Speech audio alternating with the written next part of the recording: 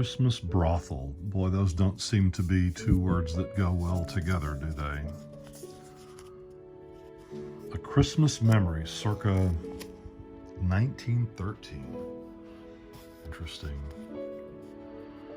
A telephone call to my father came late one night from a most unlikely place, a house in the red light district of our city. The madam of the house said one of the girls who worked there was very ill, perhaps dying. She was asking for a counselor. Somehow, the woman had heard of my father. Would he come? My father never failed to respond to such an appeal. Quietly, he explained to my mother where he was going. Then his eyes fell upon me. "Get your coat, Norman. I want you to come too." My mother was aghast. "You don't mean you'd take a 15-year-old boy into a place like that?" My father said, "There's a lot of sadness and despair in human life. Norman can't be shielded from it forever." We walked through the snowy streets. I remember how the Christmas trees glowed and winked in the darkness. We came to the place, a big old frame house. We were greeted by a woman who led us to an upstairs room. There, lying in a huge brass bed, was a pathetic, doll-like young girl, so white and frail, she seemed like a child, scarcely older than I was. Before he became a counselor, my father had been a physician. He knew the girl was gravely ill. He sat on the edge of the bed.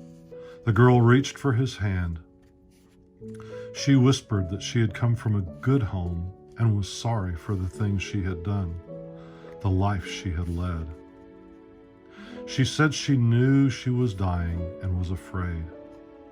"I've been so bad," she said, "so bad." I stood there listening. I didn't know what anybody could do to help her, but my father knew. He put both his big, strong hands around her small one. He said, "There is no such thing as a bad girl. There are girls who act badly sometimes, but there are no bad girls or bad boys either, because God made them. God don't make no junk.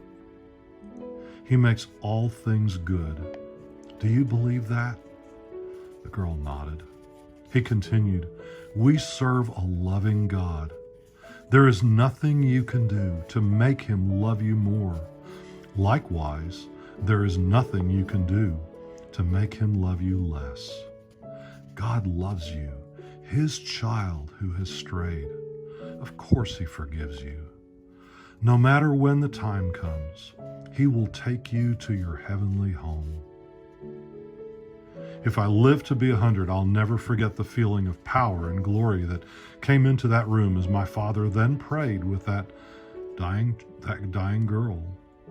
There were tears on every face, my own too. In one moment, anything sordid or corrupt was simply swept away. There was beauty in that place. The love born in Bethlehem was reborn on a dark and dismal street in Cincinnati, Ohio.